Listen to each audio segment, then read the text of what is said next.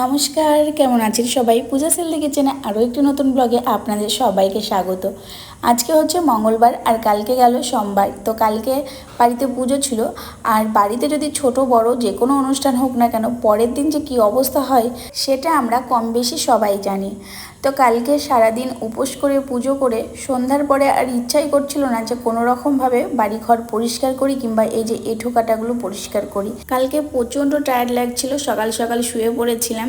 তো ঘর বাড়িতে যেমন যেখানে যা পড়েছিল সেই রকমভাবেই পড়ে আছে। এখানে এঁঠো বাসনপত্র সব চারিদিকে ছড়িয়ে ছিটিয়ে আছে। আর এই ঘরে রাখা হয়েছিল পুজোর বাসনপত্র, প্রসাদের যে জিনিসগুলো সমস্ত কিছু এই ঘরে রাখা হয়েছিল। তো সেম একই রকমভাবেই পড়ে আছে সমস্ত কিছু। তো ঘুম থেকে উঠেছিলাম অনেকটা সকালে, প্রচুর বাসন ছিল, তার জন্য সকাল সকাল উঠে পড়েছি। আর বাসনগুলো নিয়ে চলে এসেছি ছাদের উপরে। ছাদের উপরে নিয়ে এসে বাসনের ভেতরে যে প্রসাদ এঁঠো সমস্ত কিছু ছিল সেগুলো ফার্স্টে আমি পরিষ্কার করে নিয়ে বাসনগুলো গুছিয়ে রেখেছি। আর এই দিকটা হচ্ছে এঁঠো বাসন যেগুলোতে আমরা খেয়েছিলাম। তো এঁঠো বাসনগুলো সেম একই রকমভাবে পরিষ্কার করে নিয়েছি, যেই এঁঠোগুলো লেগেছিল। আর এখানে কালকে ভোগ রান্না হয়েছিল, দেখুন কি অবস্থা, এতটা নোংরা হয়ে পড়ে আছে। কালকে সত্যি এত শরীর খারাপ করছিল, যদি একটু সময় পেতাম তাহলে পরিষ্কার করে রাখতাম।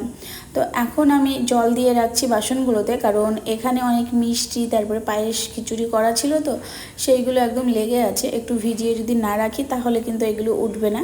তো এখানে আমি বাসনের ভেতরে জল দিচ্ছিলাম, আর অরিও দেখছি নিচ থেকে ভিজে ওপরে চলে এসেছে। ওপরে বাসনগুলোতে জল দিয়ে ভিজে রেখে এসে আমি নিচটা কিন্তু ভালোভাবে পরিষ্কার করে নিয়েছি। এই ঘরে কত এঁঠো লেগেছিল, ঘর বারান্দা সমস্ত কিছু আমি মুছে নিয়েছি। আর আজকে সায়ন স্কুলে গিয়েছে, সায়নী স্কুলে যায়নি। সায়নী বলছে ভীষণ শরীর খারাপ করছে।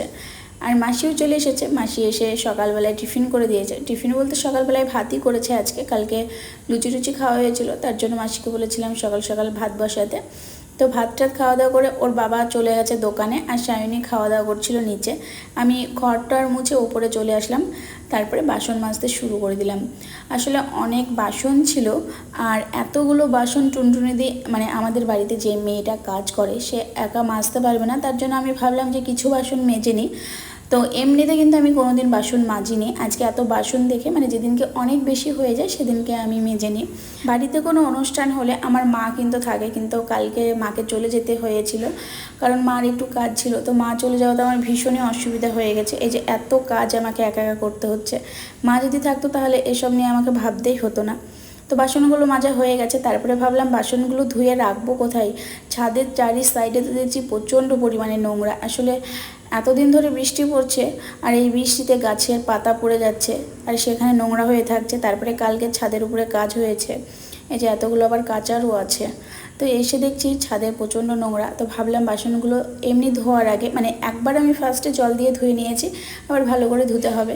তো তারপরে আমি ছাদটাকে প্রথমে ভালোভাবে পরিষ্কার করে নিলাম। এই নোংরার মধ্যে তো আর বাসনগুলো রাখা যাবে না, তো দুই সাইডেই আমি ভালোভাবে পরিষ্কার করে নিয়েছি। একদিকে ঠাকুরের বাসনগুলো ধুয়ে রাখবো, আর একদিকে আমাদের যেই বাসনগুলো সেগুলো ধুয়ে রাখবো। তো ছাদটা তো ধোয়া হয়ে গেছে, এবার আমি বাসনগুলো ধুয়ে নেব। তো বাসনগুলো ধুয়ে সব বাসনগুলোই কিন্তু আমার মাজা হয়ে গেছে। আমাদের যে বাসনগুলো ছিল সেই বাসনগুলো তো এমনি নিরামিষেরই ছিল, মাছ মাংসের কোনো আষ্টি জিনিসের কিছু ছিল না, তার জন্য আমি ওইগুলো প্রথমে মেজে নিলাম। তারপরে আমি ঠাকুরের বাসনগুলো মেজে নিলাম, কারণ ঠাকুরের বাসনগুলো সবই তামা পিতল কাঁসার। একটু যদি তেঁতুল জল দিয়ে ভিজিয়ে রাখা হয় তাহলে একটু ভালো পরিষ্কার হয়। তো সেই জন্য আমি প্রথমে আমাদের বাসনগুলো আমরা মেজে নিলাম, তারপরে পিতলের জিনিসগুলো একটু তেঁতুল জল দিয়ে ভিজিয়ে রেখেছিলাম, তারপরে ওইগুলো মেজে নিলাম। তো যেখানে কালকে ভোগ বানানো হয়েছিল দোলনার পেছনে সেটাও ভালোভাবে পরিষ্কার করে নিয়েছি, এমনকি বাসনপত্র মাজা হয়ে গেছে। আর যেইগুলো কাপড়গুলো কাচার ছিল সেগুলো আমি সার্ফ দিয়ে ভিজিয়ে রেখেছি, কিছুক্ষণ যদি ভেজানো হয় তাহলে কিন্তু ভালোভাবে পরিষ্কার হয়। তো ওইগুলো টুনটুনি দিয়ে এসে কেচে নেবে, আমি শুধু ভিজিয়ে রেখে দিয়েছি। আর আজকে আমি ছাদের উপরে স্নান করে নিলাম, কারণ জামা কাপড় একদম ভিজে গেছিলো। তো এখন স্নান দান হয়ে গেছে, প্রথমে আমি পুজোটা করে নেব। তো ছাদ থেকেই ফুল তুলেছি, আর এমনিতে কালকে পুজো হয়েছে। এখন আমি এইসব ফুল মালা এগুলো আর নামাচ্ছি না, সন্ধ্যাবেলায় নামিয়ে নেব। কালকে পুজো হয়েছে, এখন থাক, এত কাজের আমার অভ্যাস নেই। তো বাড়িতে বসে থেকে থেকে আরও যেন অসুস্থ হয়ে পড়ছি, তো ভাবলাম কাজগুলো আমি করিনি। টুনটুনি দিয়ে কিন্তু সমস্ত বাসনপত্র নিজেই মেজে নিতে পারতো, আমি বসে থেকে থেকে বোরিং হচ্ছিলাম, তার জন্য আমি মেজে নিলাম। আর এই যে আমি রাম মন্দির থেকে মূর্তিটা নিয়ে এসেছিলাম, তো তো মূর্তিটা আমাদের প্রতিষ্ঠিতই করা হচ্ছিল না, কালকে কিন্তু প্রতিষ্ঠিত করে নিয়েছি মূর্তিটা। তো স্নান করে পুজো করে তারপরে আমরা নিচে আসলাম। নিচে এসে দেখছি মাসি কিন্তু এখনও রান্নাই হয়নি। আর আমি না গ্যাস সেট করতে পারি না, গ্যাসটা কালকে এখানে রান্না করা হয়েছিল সেই রকমভাবেই আছে, আর আমরা যেখানে রান্না করি সেই ওভেনটাতে সেট করা নেই, তার জন্য মাসির রান্না করতে দেরি হচ্ছিল দেখে ভাবলাম একটু ঘুমিয়ে নিই, কারণ অনেকটা সকালে উঠেছি। সায়নী কিন্তু অন্য ঘরে ঘুমিয়ে গেছে, আর সায়ন স্কুল থেকে এখনও আসেনি, সায়ন আসবে 2টোর সময়। আমি এদিকে অরিওকে নিয়ে খেলা করছিলাম, সায়নী ওই ঘরে ঘুমিয়ে গেছিলো, মাসিরও রান্না হয়েছিল না, তো ভাবলাম একটু ঘুমিয়ে নিই। তো আমি আর অরিও অনেকটা সময় ঘুমিয়েছিলাম। তারপরে ঘুম থেকে উঠে খাওয়া দাওয়া করে 4টে সাড়ে 4টের দিকে আমি আর পিউ গিয়েছিলাম বাজারে। কিছু টুকিটাকি কেনাকাটার আছে, কালকে ছেলে মেয়েদের স্কুলে একটু ফাংশন আছে, তার জন্য ওদের জন্য কিছু জিনিসপত্র নিতে হবে। তো প্রথমে গেলাম রাধাতে, ওদের একটা রেনকোট লাগবে, মানে আমার মেয়ের একটা রেনকোট লাগবে, তো তার জন্য রাধাতে চলে আসলাম। তো এসে রেনকোট নিচ্ছিলাম। আজকে রাধাতে তেমন কোনো লোক নেই, একদম পুরোপুরিভাবে ফাঁকা। আর আমি এই টাইপের ব্লগ হয়তো আপনাদের সাথে শেয়ার করিনি, মানে এই যে কাজ করা, বাসন মাজা, ঘর দোর পরিষ্কার করা, এই রকম টাইপের ব্লগ হয়তো আমি এখনও আপনাদের সাথে শেয়ার করিনি। তো আজকে ফার্স্ট টাইম করলাম। যদি ভালো লাগে অবশ্যই কমেন্ট করে জানাবেন, আর যদি কোনো কিছু খারাপ থাকে সেটাও কিন্তু জানাবেন। তো বাচ্চাদের জন্য রেনকোট দেখলাম, এখানে যে কালো রঙের রেনকোটটা দেখাচ্ছিল সেটা একটু ভালো লাগছিল না। কালকে ওদের স্কুলে তো ফাংশন আছে, তো একটু কালারিং নিচ্ছিলাম, যেহেতু মেয়ে, তো কালারফুলগুলোই ভালো লাগছিলো, কালোগুলো ভালো লাগছিল না। কিন্তু কালোগুলো কোয়ালিটিও অনেক ভালো ছিল আর অনেকটা টিকসই, এগুলো নিলে কিন্তু অনেক দিন যেত, অনেক ভালো এইগুলো, তো কালোর জন্য নিলাম না। তারপরে রাধা থেকে বেরিয়ে গেলাম একটা ইমিটেশনের দোকানে, লক্ষ্মীনারায়ণ ইমিটেশনের দোকানে। এই নেকলেসটা, মানে এই যে স্টোনের যেই হারটা আমার ভীষণ পছন্দ হয়, তো ওটা আমি নিয়ে নিলাম। তেমন কিছু কেনার ছিল না আজকে, ওই টুকিটাকি কিছু কেনার ছিল, মানে সামনে ভাদ্র মাস, সিঁদুর কিনতে হয় না, তো সেই জিনিসপত্রগুলোই কিনে নিলাম। তারপরে চলে আসলাম এই যে মাটির জিনিসপত্রের একটা ঘরে।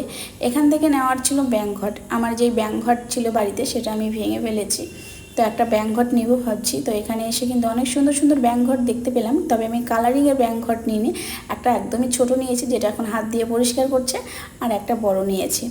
তো ব্যাংঘট আর জিনিসপত্র সমস্ত কিছু বাড়িতে রেখে আমি আর পিউ যাচ্ছি এখন কলেজ মোড়। অনেক দিন হয়ে গেল আমরা ফুচকা খাইনি, তো আজকে ভীষণ ফুচকা খেতে ইচ্ছে করছিল।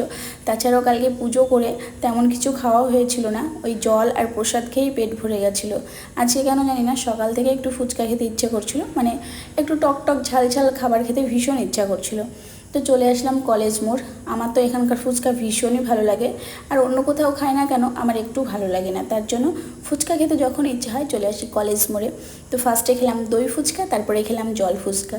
তো বেশি খেতে পারিনি, খুবই অল্প খেয়েছি, দই ফুচকাটা খেয়েই পেট ভরে গেছিলো। তারপরে চলে আসলাম বাড়িতে। তো দিদি বলছে কী কী জিনিসপত্র কিনেছিস, আসলে জিনিসপত্রগুলো নিচে রেখে আমরা চলে গেছিলাম। তো এই যে ফার্স্টে সায়নী ছাতাটা খুলছে, এই ছাতাটা নিয়েছি কালকের জন্য, কালকে ওদের স্কুলে ফাংশন আছে, ফাংশন না সরি, মানে একটা অনুষ্ঠান আছে, তার জন্য ছাতাটা নিয়েছি। ওদের গ্রুপে মেসেজ করে বলেছিল যে রেনকোট আর এই ছাতা আর কালারিংয়ের মানে কাগজের নৌকো নিয়ে যেতে হবে।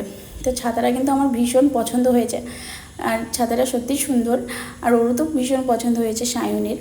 আর এই যে পেন্সিল বক্সগুলো ওদের জন্য আনা হয়েছে, আর এই ছোটো ছোটো জলের বোতলগুলো না আমার খুব ভালো লাগে, করিমপুরে খুব একটা দেখা যায় না বললেই চলে, এমনি আমি নিয়েছি জলের বোতলগুলো, আমার ভীষণ ভালো লাগে তার জন্য। আর এই একটা পাপোশ নিয়েছি, পাপোশটা না অরিওর ভীষণ পছন্দ হয়েছে, যখন থেকে ও দেখেছে এই পাপোশটা কামড়িয়ে যাচ্ছে, আর পাপোশটা ভীষণ বড়। আর দুটো নিয়েছি রেনকোট, আর এই পাপোশটা দেখো কতটা বড়। দিদি পাপোশটা দেখার জন্য বারবার নিচ্ছিল, কিন্তু অরিও দিতে চাচ্ছিল না, অরিওর কিন্তু ভীষণ পছন্দ হয়েছে। এই যে পাপোশটা কিন্তু অনেকটা বড়, এই পাপোশগুলো সোফার পায়ের নিচে রাখার জন্য একদম বেস্ট।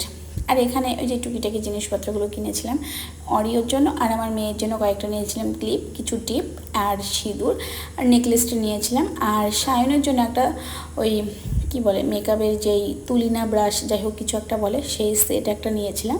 আসলে আমার একটা দরকার ছিল সিঁদুর পরার জন্য, তো আমি পুরোটাই নিয়ে নিলাম। আর এই কালো টিপটা নিয়েছি অরিওর জন্য, ক্লিপগুলো নিয়েছি, এই পিঙ্ক কালারের ক্লিপগুলো হচ্ছে সায়নের জন্য, আর বেগিনি কালারেরগুলো নিয়েছি অরিওর জন্য। এই যে দিদি এখন পাপোশগুলো ব্যাগের ভেতরে রেখে দিচ্ছে, অরিও তো কিছুতেই দিচ্ছে না, বারবার ও কেড়ে নিচ্ছে। আসলে এইগুলোতে একটু বড় বড় মানে কি বলবো ওটাকে কি বলে আমি জানি না, সুতোর মতো কাজ আছে, তো সেটা ওর ভীষণ পছন্দ হয়েছে চাবানোর জন্য। আর আমি সায়নের জন্য এই যে ব্রাশের সেটটা নিয়েছি। আসলে আমার এর মতো একটা ব্রাশ খুবই দরকার সিঁদুর পরার জন্য। তো এই ব্রাশগুলো দিয়ে না কি বলে আমি জানি না, কিন্তু এগুলো ব্রাশ বলে না তুলি বলে যাই হোক না কেন, সিঁদুর পরাটা অনেক সুবিধা হয়। তো আমি অরিওকে একটু সাজিয়ে দিলাম, খুব মিষ্টি লাগছে।